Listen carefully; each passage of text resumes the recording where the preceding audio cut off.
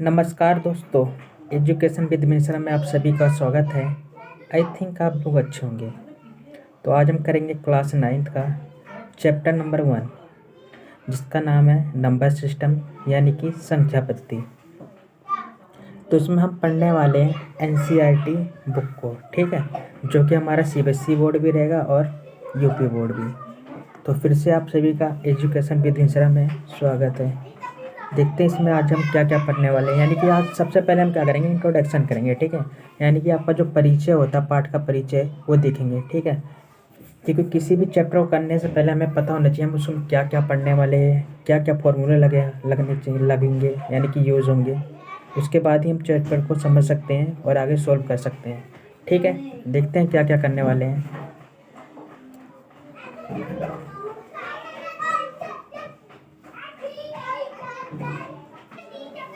मैंने आपको पहले ही बताया था कि हमारा चैप्टर नंबर 1 है, ठीक है, जिसका नाम है नंबर सिस्टम यानी कि संख्या पद्धति। तो सबसे पहले हम देखते हैं जो हमारे नंबर्स होते हैं यानी संख्याएं होते हैं, इनके कितने प्रकार होते हैं, ठीक है। तो आपके सामने लिखा हुआ है सबसे नंबर्स के प्रकार, ठीक है। सबसे पहले हम पढ़ेंगे इसके अंदर रियल नंबर यानी कि जिसको हम हिंदी में क्या बोलते हैं, वास्तविक संख्या है, ठीक है। उसके बाद हम पढ़ेंगे अवास्तविक संख्याएं यानी कि इमेजिनरी नंबर, ठीक है। इसके आगे नीचे आपको दिखाया गया है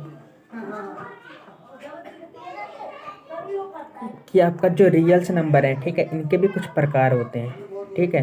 यानी कि जो आपका रियल नंबर है इसके भी प्रकार होते हैं। क्या क्या प्रकार है आपके सामने लिखा है कि पहला क्या होता है, आपका रैशनल नंबर होता है यानी कि परिमेय संख्या है, और दूसरा आपका होता है इरेशनल नंबर यानी कि अपरिमेय संख्या है, ठीक है। आगे आपको दिखाया गया है कि इरेशनल नंबर के भी कुछ प्रकार हैं, जैसे कि आपके सामने नीचे लिखा हुआ है, ठीक है। तो क्या क्या है दिखते हैं। तो सबसे पहले आपका आता है पूर्णांक यानी कि इंटीजर्स। उसके बाद आता है आपके होल नंबर यानी कि पूर्ण संख्या, और थर्ड नंबर पे आपका आता है प्रकृत संख्या यानी कि नेचुरल नंबर, ठीक है। इनको डिटेल्स में हम आगे पढ़ते हैं क्या क्या नंबर्स हैं आप, ठीक है। तो नंबर 1 पे आपका है परिमेय संख्या है, ठीक है, जिसको आपको नीचे आपके लिखा गया है, ठीक। देखते हैं क्या क्या है। तो जो आपका परिमेय संख्या होता है, ठीक है, ये होता है पी अपॉन क्यू के रूप में, ठीक। यानी कि आपका कैसा लिखा होता है, पी अपॉन क्यू के रूप में होता है। पी अपॉन क्यू को हम कैसे समझ सकते हैं, नीचे आपको एग्जाम्पल में दिखाया गया है कि ये भी आप जो भी नंबर होते हैं आपके बटे में होते हैं, जैसे 0/2, 0/1, 2/1 या 2/5, ठीक है। लेकिन आपको ध्यान रखना कि आपका जो क्यू होता है, क्यू यानी कि जो नीचे वाला नंबर है, ठीक है, ऊपर वाले नंबर को हम बोलते हैं अंश और नीचे वाले को हम बोलते हैं हर, ठीक है। यानी कि जो आपका हर है यानी कि आपका जो क्यू है कभी भी 0 नहीं होना चाहिए। यानी कि वो आपका जो जैसे 0/1 तो हो सकता है, लेकिन 1/0 नहीं हो सकता है, ठीक है। अगर आपका 0 है तो आपका परिमेय संख्या नहीं होगा, ठीक है। इसलिए आपको ध्यान रखना है कि नीचे कभी भी यानी कि क्यू की जो वैल्यू है कभी भी 0 नहीं आना चाहिए, ठीक। अगर आपका 0 नहीं है तो क्या है, वो आपका परिमेय संख्या है, लेकिन अगर 0 आ गया तो आपका परिमेय संख्या नहीं होगा, ठीक है। समझ में आएगा आप सभी को। आगे देखते हैं। आगे है हमारा अपरिमेय संख्या है, ठीक है। तो अपरिमेय संख्या को हम देखते हैं। अपरिमेय संख्या को हम बोलते हैं इरेशनल नंबर, ठीक है। यानी कि ये आपका अपरिमेय संख्या जो होते हैं ये पी अपॉन क्यू के रूप में नहीं होते हैं, ठीक है। यानी ये बटे के रूप में नहीं होते, जैसे कि आपके सामने लिखा है कि √2 हो गया, √3, √7 हो गया। लेकिन आपको एक बात का ध्यान रखना पड़ेगा कि √4 है, यानी कि जो भी हमारे नंबर है जिसका हमारा स्क्वायर निकल जाता है, ठीक है, वो आपके नंबर्स कभी भी हमारे अपरिमेय संख्या नहीं होता। जैसे कि हम देख सकते हैं √4 है, ठीक है, इसका अगर हम स्क्वायर निकालेंगे तो क्या निकलेगा, हमारा 2 निकलेगा, ठीक है। और 2 के नीचे यानी कि जो आपके नंबर्स होते हैं उनके नीचे कुछ नहीं होता, तो उनके नाम कुछ भी नहीं है, तो आप समझ सकते हो उसके नीचे क्या होता है, आपका 1 होता है, ठीक है। जो आपके छुपा हुआ होता है, आपको पता होता है कि नीचे हमारा क्या होता है, 1 होता है। तो इसको हम ऐसे लिख सकते हैं 2/1, ठीक है। अगर ये हमारा 2/1 आ गया तो ये आ गया हमारा परिमेय संख्या, ठीक है। तो इसीलिए क्या कहेगा, √4 को हम अपरिमेय संख्या नहीं कह सकते हैं, ठीक है। तो आपको ध्यान रखना पड़ेगा कि जो भी हमारे नंबर्स हैं अगर उनका स्क्वायर निकल रहा है तो हमारा वो अपरिमेय संख्या नहीं होगा, ठीक है दोस्तों। आगे देखते हैं हम क्या पढ़ने वाले हैं। तो थर्ड नंबर पे हमारा है वास्तविक संख्या, ठीक है। वास्तविक संख्या यानी कि रियल नंबर्स। तो देखते हैं रियल नंबर्स क्या है, ठीक है। जो परिमेय संख्या और अपरिमेय संख्या से मिलकर बना होता है। ठीक है, यानी कि क्या कहना चाह रहा है, जिसके अंदर आपका परिमेय संख्या भी है और साथ में क्या आना चाहिए, अपरिमेय संख्या। ठीक है, उसी को हम क्या कहेंगे, वास्तविक संख्या कहेंगे। ठीक, जैसे कि एग्जाम्पल में लिखा गया कि 1/1, 2/2 और 2/3, √2, ठीक है। इसके अंदर हमारे क्या आ रहे हैं, परिमेय संख्या और अपरिमेय संख्या दोनों आ रहे हैं। तो इसी के लिए हम इसको क्या कहेंगे, वास्तविक संख्या कहेंगे, यानी कि रियल नंबर कहेंगे। ठीक है, तो ये आप समझ सकते हैं कि वास्तविक संख्या क्या होता है, जिसमें आपका परिमेय संख्या भी आया और अपरिमेय संख्या भी आए। ठीक है, अगला आपका है अवास्तविक संख्या है, यानी कि इमेजिनरी नंबर। ठीक है, इमेजिनरी का मतलब ये होता है जो भी हम संख्याएं सोचते हैं। ठीक है, यानी कि इमेज करते हैं, जैसे कि मान लिया हमने √2, -√2, -√7। ठीक है, यानी जो भी नंबर्स हैं हम जिसको इमेज करते हैं यानी कि सोचते हैं, उसी को हम क्या बोलते हैं, अवास्तविक संख्या यानी कि इमेजिनरी नंबर बोलते हैं। ठीक है, आगे आपको 5 नंबर पे दे रखा है प्राकृत संख्या। प्राकृत संख्या यानी कि नेचुरल नंबर। ठीक है, तो नेचुरल नंबर आपके क्या होते हैं, दिखते हैं जो भी आपके नंबर्स हैं, यानी काउंटिंग, जैसे हम काउंटिंग हमारी क्या होती है 1 2 3 4 5 6 यानी। ठीक है, यानी कि आगे भी जो भी है एक्सेट्रा वगैरह 1 2 3 4 5। ठीक है, इसके आगे और भी जो नंबर्स हैं, ठीक है, वही आपके क्या होती है, प्राकृत संख्या होती है, यानी कि नेचुरल नंबर्स होती है। ठीक है, जो आपका नेचुरल नंबर यानी प्राकृत संख्या है वो क्या होता है, आपका 1 से शुरू होता है, 1 2 3 4। लेकिन नीचे आपको दिखाया गया पूर्ण संख्या है। ठीक है, जो पूर्ण संख्या होती है कहाँ शुरू होती है, 0 से। पूर्ण संख्या को हम बोलते हैं होल नंबर। ठीक है, यानी कि जो आपका नंबर 0 शुरू हो उसको हम बोलते हैं पूर्ण संख्या यानी कि होल नंबर, और जो नंबर आपका 1 से शुरू हो उसको हम क्या बोलते हैं, प्राकृत संख्या यानी कि नेचुरल नंबर। ठीक है, तो इन दोनों में आपको डिफरेंस याद करना पड़ेगा। काफ़ी कन्फ्यूजन आता है बच्चों, भूल वगैरह तो कन्फ्यूज हो जाते हैं। ठीक है, तो आपको ध्यान रखना पड़ेगा इसमें, इतना समझ में आएगा। आगे देखते हैं क्या, आगे हमारा है 7 नंबर पे पूर्णांक यानी कि इंटीजर्स। ठीक है, कोई भी संख्या चाहे ऋणात्मक हो, ऋणात्मक यानी कि माइनस वाला नंबर हो, या धनात्मक, धनात्मक मतलब प्लस वाला नंबर हो। ठीक है, तो उसको हम क्या कहेंगे, पूर्णांक कहेंगे। ठीक है, जैसे नीचे आपको दिखाया गया एग्जाम्पल्स में -1 -2 -3। ठीक है, इधर क्या है हमारे 1 2 3 4 5 6। ठीक, ये हमारे क्या है, इसके यानी पूर्णांक में हमारे क्या होता है, जो हमारे माइनस वाले नंबर भी आते हैं और साथ में प्लस वाले नंबर भी आते हैं, उसी को हम क्या बोलते हैं, पूर्णांक यानी कि इंटीजर्स बोलते हैं। ठीक है, आगे देखते हैं हम, जैसे कि आपको मैंने ऊपर ही बता दिया था कि धनात्मक संख्या और ऋणात्मक संख्या क्या होती है। देख लेते हैं क्या, धनात्मक यानी कि जिसको हम बोलते हैं पॉजिटिव नंबर्स। ठीक है, जैसे 1 2 3 4 5 6। ठीक, और ऋणात्मक संख्याएं होती हैं आपके -1 -2 -3। ठीक, ये आपके होते हैं ऋणात्मक यानी कि नेगेटिव नंबर्स। ठीक है, पॉजिटिव नंबर जो होते हैं उनके आगे प्लस लगे होते हैं, इसलिए हम इनको दिखाते नहीं हैं। ठीक है, लेकिन जो आपके माइनस और नेगेटिव नंबर है इसके आगे नहीं लगे होते हैं, इनको आपको दिखाना पड़ता है कि -1 -2। ठीक है, जैसे आपके आगे लिखा हुआ है, आप देख सकते हैं एग्जाम्पल्स में है। 10 नंबर पे आता है हमारा क्रमागत संख्या है, यानी कि सीरियल नंबर, जैसे जो भी नंबर्स आपके 1 से शुरू है, 1 2 3 4 5 6। ठीक है, यानी कि काउंटिंग सब आप समझ सकते हैं, गिनतियाँ जो होती हैं आपकी, उसी को हम क्या कहते हैं, क्रमागत संख्या यानी कि सीरियल नंबर बोलते हैं। ठीक है, जो हमारे नंबर से 1 से शुरू होते हैं, इसी को हम बोल सकते हैं। आगे हमारा है सम संख्याएं यानी कि इवन नंबर। ठीक है, तो सम संख्याएं वैसी संख्याएं जो 2 से पूर्णतः विभाजित हो जाए, सम संख्याएं कहलाती हैं। ठीक है, जैसे कि 2 4 6 8। तो आप सम संख्या को ऐसे भी समझ सकते हैं, जो भी आपके नंबर्स है वो आपके 2 के टेबल में आ रहे हैं। ठीक है, यानी कि 2 से पूरी तरह भाग हो रहा है, तो आपका क्या कहलाएगा, वो सम संख्या कहलाएगा। ठीक, अगर मान लो ऐसी संख्या है जो आपका 2 के टेबल में नहीं आ रहा है, यानी 2 से डिवाइड नहीं हो रहा है, तो उसको हम क्या बोलते हैं, ओड नंबर बोलते हैं। ओड नंबर यानी कि विषम संख्या बोलते हैं। ठीक है, आगे हम उसे पढ़ने वाले हैं, देखते हैं क्या आगे आप सभी को इतना समझ में आया होगा। आगे देखते हैं हम क्या पढ़ने वाले हैं।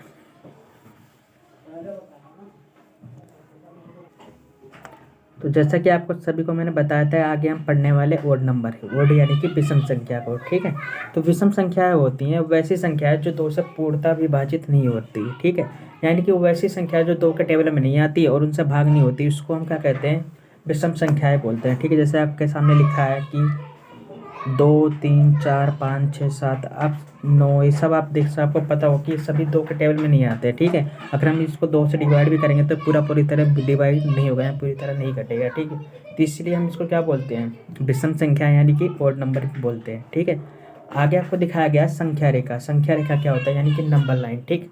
यानी कि आपको एक रेखा बनानी है, लाइन बनाना है, उस पर क्या करना है आपको, प्लस वाले नंबर और माइनस वाले नंबर यानी दोनों दिखाने पड़ेंगे, ठीक है।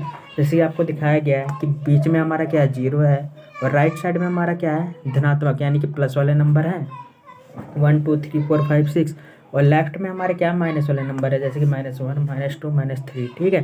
तो इसी को हम क्या बोलते हैं, संख्या रेखा बोलते हैं, ठीक है, जिसके अंदर हमारे प्लस वाले भी नंबर हैं और साथ में क्या आना चाहिए, माइनस वाले नंबर भी आने चाहिए, ठीक है दोस्तों। आगे देखते हैं।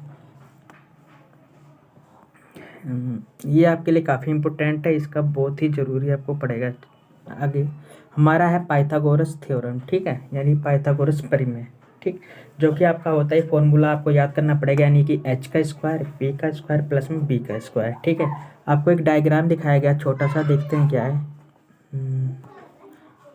इसके अंदर आप देख सकते हैं कि जो नीचे है यानी कि BC जो है, आप इसको हम बोलते हैं आधार यानी कि बेस बोलते हैं, और इधर आपको AC दिखाया गया है, AB दिखाया गया है, जिसको हम बोलते हैं लंब यानी कि परपेंडिकुलर, ठीक है।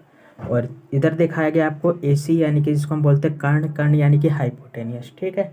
जो कर्ण होती है सबसे लंबी भुजा होती है, इसको हम, इस त्रिभुज का नाम होता है समकोण त्रिभुज, ठीक है, क्योंकि इसके अंदर जो आपका एक एंगल होता है 90 डिग्री का होता है, ठीक है, जैसे आपको बगल में दिखाया गया है छोटा सा बॉक्स बना के, ठीक, 90 डिग्री का सिंबल होता है। तो ये फॉर्मूला यहीं से निकला है, ठीक है। तो देखो क्या है, H मतलब क्या होता है हमारा हाइपोटेनियस, और इक्वल टू P का मतलब हमारा होता है परपेंडिकुलर, और B का मतलब होता है हमारा बेस, ठीक है। तो यानी कि H का स्क्वायर हो जाएगा प्लस इक्वल टू B का, और P का स्क्वायर प्लस में B का स्क्वायर, ठीक है। तो यहाँ से आपको ये याद करना पड़ेगा, आगे आपको ज़रूरी पड़ेगा, ठीक है, इसका आगे बहुत काम आने वाला है। आगे हमारे कुछ फॉर्मूलेज हैं, फॉर्मूलेज देखते हैं क्या क्या है।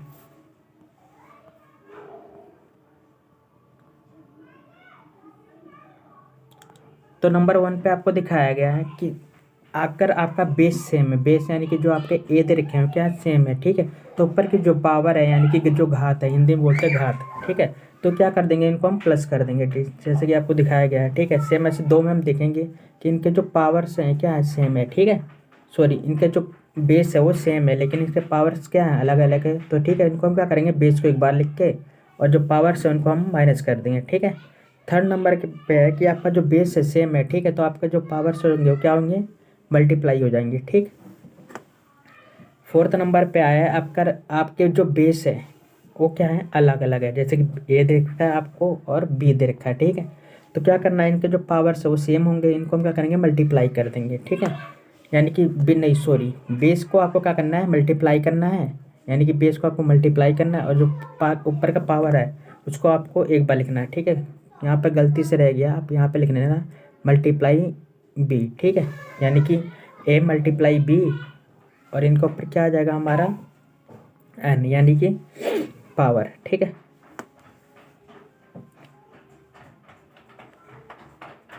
ए और बी को आप जब मल्टीप्लाई कर दोगे तो आपका ये आंसर आ जाएगा।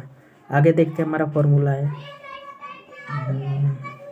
तो 5 नंबर पे हमारा है कि अगर आपको अंडर रूट ए दे रखा है मल्टीप्लाई में अंडर रूट बी, ठीक है, तो आप इसको कैसे लिख सकते हो कि एक बार आप अंडर रूट लगा दो और साथ में ए और बी को लिख दो, ठीक है, इसका मतलब भी होता है कि दोनों मल्टीप्लाई में है, ठीक है। 7th नंबर और 6th नंबर पे आपका बड़ा सा अंडर रूट लगा रखा है, ठीक है, और अंडर रूट में क्या लिख रखा है आपको ए और बी, यानी कि दोनों नंबर को साथ में लिख रखा है, ठीक है। आप इसको इक्वल का साइन लगा के आगे कह सकते हो, अलग अलग भी कर सकते हो, ठीक है, क्योंकि दोनों को नंबर के ऊपर क्या लग रखा है, हमारा अंडर रूट लग रखा है, जैसे आपको लिखा दिखा रखा है कि अंडर रूट ए बटे में अंडर रूट बी, ठीक है दोस्तों।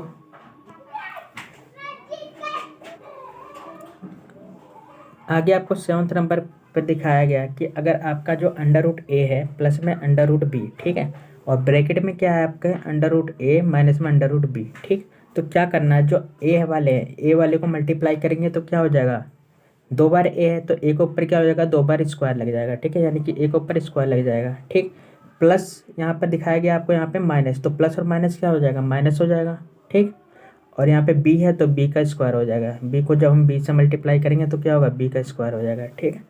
अब आपको एक चीज़ बता दूं कि आपका जो स्क्वायर है इस स्क्वायर से हम क्या कर सकते हैं, अंडर रूट को काट सकते हैं, ठीक है, और सेम इधर भी स्क्वायर को हम अंडर रूट से काट सकते हैं, ठीक है। तो हमारा क्या बचेगा लास्ट में, ए बचेगा और माइनस बी, ठीक है, जैसे कि आपको लास्ट में दिखाया गया कि ए माइनस में बी बचा हुआ है, ठीक है। 8th नंबर पे आपका है कि अंडर रूट ए प्लस में अंडर रूट बी का होल स्क्वायर, ठीक है। यानी कि होल स्क्वायर का मतलब है दोनों नंबर के ऊपर हमारे क्या है स्क्वायर लगे हुए हैं, यानी 2 लगा है, ठीक। तो इसको हम लिख सकते हैं ए का स्क्वायर प्लस प्लस लगा के क्या लिख सकते हैं बी का स्क्वायर, क्योंकि दोनों नंबर के ऊपर लगा होता है, ठीक है। अब स्क्वायर से हम काट सकते हैं, अंडर रूट को काट सकते हैं, सेम इधर भी अंडर रूट को स्क्वायर से हम काट सकते हैं, ठीक है। तो नीचे क्या बचेगा हमारा ए प्लस में बी, और सेम इधर के जो नंबर हैं यानी कि 2 अंडर रूट ए और बी, ये हमारे सेम उतर जाएंगे, ठीक है। 9th नंबर पे आपका है ए प्लस में बी, ठीक है, और ए माइनस में बी, ठीक। ए प्लस में बी और ए माइनस में बी, ठीक। तो ए को ए से मल्टीप्लाई करेंगे तो हमारा क्या हो जाएगा ए का स्क्वायर, और प्लस और माइनस क्या होगा हमारा माइनस आ जाएगा, और बी को हम बी से मल्टीप्लाई करेंगे तो क्या होगा अंडर रूट बी का स्क्वायर, ठीक है। अब बी को हम क्या करेंगे, अंडर रूट को हम स्क्वायर से काट देंगे तो हमारा क्या बचेगा बी बचेगा। तो हम क्या करेंगे नीचे क्या है ए का स्क्वायर माइनस बी का स्क्वायर सेम लिख देंगे, ठीक है।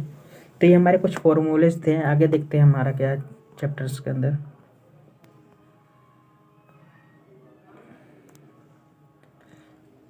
ये टॉपिक बहुत ही महत्वपूर्ण है, ये आपको समझना पड़ेगा, किससे क्वेश्चंस बहुत आते हैं पेपर में क्वेश्चंस आते हैं, ठीक है। तो आपका क्या है रैशनलाइज यानी कि परिमेयकरण, ठीक है।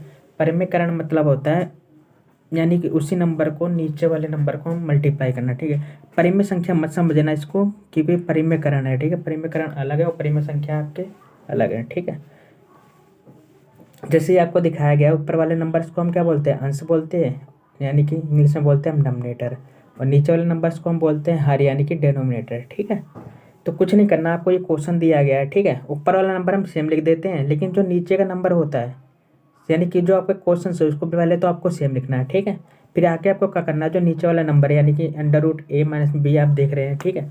उसको क्या करना है कि ऊपर लिख देंगे हम अंडर रूट ए, लेकिन यहाँ पे माइनस है तो क्या हो जाएगा यहाँ पे साइन चेंज हो जाएगा, ठीक है। यानी कि जो आपका माइनस है वो क्या हो जाएगा प्लस हो जाएगा, ठीक। और जो बी है वो बी सेम रहेगा, ठीक है। सेम इसी नंबर को हम नीचे भी लिख देंगे यानी कि अंडर रूट ए और प्लस में बी, ठीक है। यानी कि इस रैशनलाइज में क्या होता है जो आपके नंबर्स होते हैं यानी कि हर वाले जो नंबर होते हैं उसको हम दोनों तरफ लिख देते हैं, यानी कि मल्टीप्लाई करना निशान लगा के ऊपर भी लिख देते हैं और नीचे भी, ठीक है। लेकिन आपको ध्यान रखना है कि इनका जो साइन होता है यानी कि जैसे यहाँ पे आपको दिखाया गया माइनस है, ठीक है, वो प्लस हो जाता है, ठीक। उसके बाद इनको हम जब सोल्व कर देंगे यानी मल्टीप्लाई कर देंगे ऊपर वाले को नंबर को ऊपर वाले से और नीचे वाले को नीचे से, ठीक है। तो लास्ट में हमारा फाइनल आंसर आ जाता है, ठीक है दोस्तों। आगे आपको नोट करके कुछ लिखना है कि क्या है, अगर किसी परिमेय संख्या को किसी अपरिमेय संख्या से गुणा भाग जोड़ या घटा करते हैं तो हमेशा आंसर क्या आता है अपरिमेय संख्या ही आता है, ठीक है।